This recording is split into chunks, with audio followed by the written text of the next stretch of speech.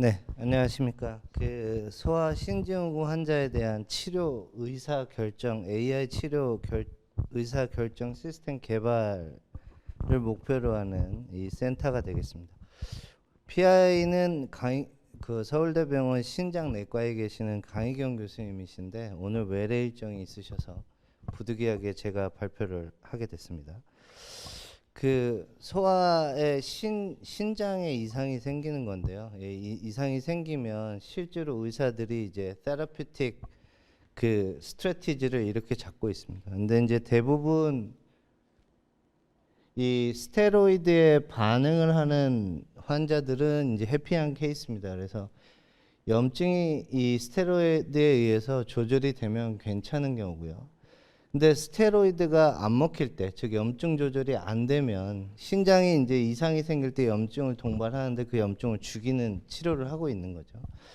이게 안 먹힐 때는 이제 안 좋은 쪽으로 가는데요. 그런데 그 이제 어디셔널한, 그러니까 스테로이드 말고 염증을 죽이는 항염증 치료를 하게 되는데 그럴 때는 신장에 부담이 가게 됩니다. 그래서 신장에 다양한 약제 부작용이 일어나는데 그래서 어떤 환자가 이 스테로이드에 반응을 할지 또는 불응을 할지를 사전에 예측을 할 수 있다면 이게 물론 이제 15%지만요. 이 반응에서 이렇게 가더라도 재발이 계속 한다는 얘기는 뭔가 근원적인 치료가 안 되고 있다는 얘기죠. 이것도 뭐 염증은 그 당시에 치료니까. 그래서 스테로이드에 의존성이 생기거나 빈번하게 재발하는 사람들은 스테로이드를 계속 먹어야 되니까 부작용이 발달을 하게 됩니다. 그래서 이게 총 따져보면 신증후군에서 염증 치료를 하더라도 차기에 문제가 되는 것이 이 다 합치면 한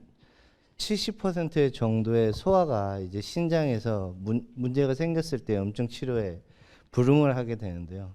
이럴 때 초기 반응, 이 초기에 스테로이드가 먹힐지 안 먹힐지 85%인지 15%인지 이거를 예측하는 것과 또 스테로이드에 반응을 하더라도 나중에 재발돼 갖고 의존성이 생기거나 재발을 할지 이런 것들을 이제 예측하는 것이 치료의 랜드스케이프를 예측하는데 굉장히 중요한 문제가 되고 있습니다. 뒤로 가네. 그래서 이 목적은 이제 임상 데이터를 모아서 이런 것들을 예측하는 AI 모델을 만들어 보자. 이게 이제 심플한 목표입니다. 그래서 이건 뭐 신증후군 걸리면 아까도 보셨지만 70%가 결국은 페일리어가 일어나기 때문에 계속 안 좋아진다는 얘기를 하고 있고요. 그래서 이 아까도 말씀드린 얘기입니다. 그래서 근거가 없어요, 지금. 일단 치료를 해보고 먹히는지 안 먹히는지. 근데 치료를 한다는 얘기는 아기들이니까 부담을 주고 있는 거죠. 그래서 장기적으로는 굉장히 안 좋은 불필요한 치료를 하고 있는 겁니다. 그래서 이 예측을 할 수 있다면 그거를 알고 이 사람이 불응할 것이다. 또는 재발을 할 것이다. 지금은 반응을 하지만 재발을 할 것이다.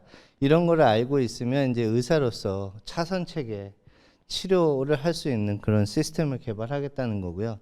실제로는 AI 모델링은 요 예측 파트에 제일 강하게 들어갑니다. 여기서 이제 자동적으로 얼터너티브하게 이걸 해라 이러기에는 아직 이쪽 데이터는 좀 부족하고요. 그래서 요 반응성 예측에 초점을 맞추고 있고요. 이게 이제 뭐 데이터 이 연구 내용인데요. 짧게 다른 케이스로 설명을 하겠습니다. 이게 연구가 진행이 안 됐으니까 어떤 내용을 연구할지는 당뇨 케이스로 제가 이제 데이터를 받아서 할 거니까요.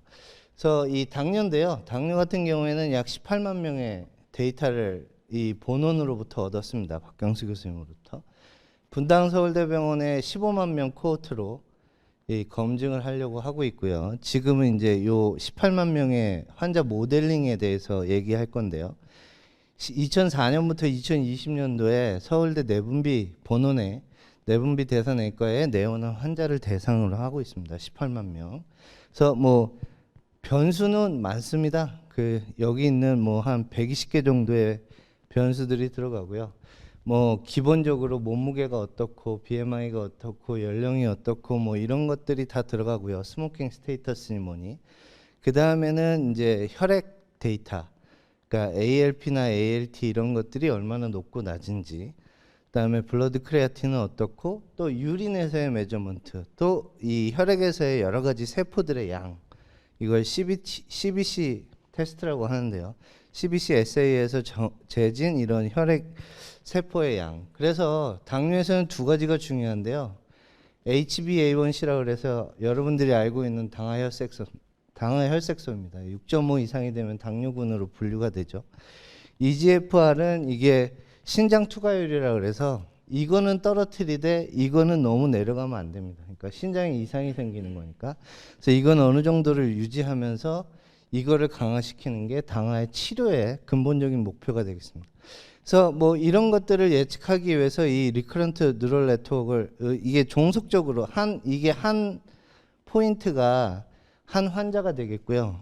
그 다음에 한 환자는 2004년부터 20년까지 종속적으로 이렇게 론지튜디널 데이터가 있는 거라서 그걸 배울 수 있는 론지튜디널 데이터를 핸들링할 수 있는 이런 리커런트 뉴럴 네트워크를 만들었고, 이쪽은 이제 연속 변수가 되고요. 이쪽은 그 디스크릿 변수가 되겠습니다. 약을 투여했다 안 했다 뭐 이런 거. 그래서 이런 것들로 해갖고 이렇게 이제 맨 마지막에 이쪽에 이제 롱텀 메모리가 패싱이 되고 이쪽으로 숏텀 메모리가 패싱이 돼서, 즉 예전에 클리니컬 그 임상 상태가 현재의 상태에 영향을 주는 거죠. 예전에 투여했던 약물이 현재 상태에 영향을 주는 거고, 현재 투여해야 되는 약물에 영향을 주는 것이 이 롱텀 메모리가 이렇게 흐르고, 숏텀 메모리는 현재 데이터에서 이렇게 흘러가는. 그래서 이거는 이제 HbA1c를 이렇게 모델링한 건데요. 그래서 이 멀티레이어드 퍼셉트론 이 맨 마지막에 시작 단계에서 이제 이런 리커런트 종속 변수들이 어떻게 움직이는지 임베딩이 되는데, 그 임베딩된 스페이스 가지고 이렇게 환자들을 클러스터링 해보면 이런 식으로 환자들이 클러스터링이 됩니다. 그래서 보시면 이 7개의 클러스터가 생겼고요. 이게 다 합치면 약 한 5,000명 정도 되는데요. 이렇게 올라가는 거, 이게 안 좋은 겁니다. 약을 써도 당화혈색소가 올라가고, 너무 올라갔고 다른 약으로 바꿔서 떨어뜨렸는데 내성이 생겨서 또 올라가고. 그래서 이 0번, 1번이랑 4번이랑 6번은 안 좋은 거고, 요런 거는 좋은 겁니다. 요런 거는 이 환자들이 약을 조금만 써도 당이 훅 떨어져요. 네, 이런 거는 이제 의사들이 이게 식이요법이나 운동으로 해결을 할 수 없을까라고 고민하는 환자들입니다. 어쨌든 이건 유지가 되는 환자들이고요. 이 환자들의 이 리커런트 뉴럴넷을 했으니까 각 임상 변수의 그 클러스터의 컨트리뷰션을 인티그레이티드 그레디언트나 뭐 이런 걸로 계산을 해보면 안 좋은 클러스터가 얘인데요. 보면 이게 당이 증가하는 거잖아요. 약을 처리하는데도. 그러니까 인슐린 저항성이 생긴 건데, 이 컨트리뷰션을 보면 이런 거 같은 경우에는 염증 수치가 되게 높거든요. 그러니까 이게 이 당뇨는 로우 그레이드 인플로메이터리 디지즈인데, 즉 염증이 낮아요. 근데 염증이 상대적으로 다른 환자보다 높은 이런 환자군이 안 좋은 환자들입니다. 그래서 이거는 염증 기반의 인슐린 저항성이 생긴 거고, 이거는 간에 오버로드가 많아요. 이거는 대부분 이제 굉장히 뚱뚱한 사람들이고요. 그 되게 많이 먹는 사람들입니다. 그래서 이 간의 메타볼릭 오버로드가 굉장히 높아가지고 인슐린 저항성. 이거는 여성분들이 많은데 호르몬이 굉장히 높아서 호르몬 기반의 인슐린 저항성이 생기는 분들이고요. 이거는 몰라요. 바소필이 왜 올라가는지 모르겠습니다. 의사들도 모르더라고요. 이렇게 AI 모델링을 하면 환자들을 이렇게 분류해갖고 캐릭터라이제이션 할 수 있습니다. 이거 가지고 약물 치료를 개발할 수도 있겠죠. 근데 우리 이제 AI 모델을 했으니까 개인별 치료를 할 수 있습니다. 18년간 어떤 환자에서 어떤 시점에서 한 번이라도 처방된 약물을 모두 이 리커런트 뉴럴넷에 집어넣는 겁니다. 그래서 현재 어떤 환자가 들어오면 임상 변수는 있을 거고, 그거와 모든 가능한 이 처방을 집어넣고 최적의 약물을 고르는 겁니다. 그 신장 투과율은 유지하면서 이 당화혈색소는 강화시키는 약물. 이게 실제로 의사가 처방한 건데요. 의사는 굉장히 컨저버티브합니다. 메포민이라는 약을 이렇게 처리하다가 정황 안 되면 DPP-4 이니비터라는 걸 치는데, 모델은 DPP-4 이니비터 쳐라. 얘는 어차피 올라갈 거니까 이렇게 예측을 하고 있습니다.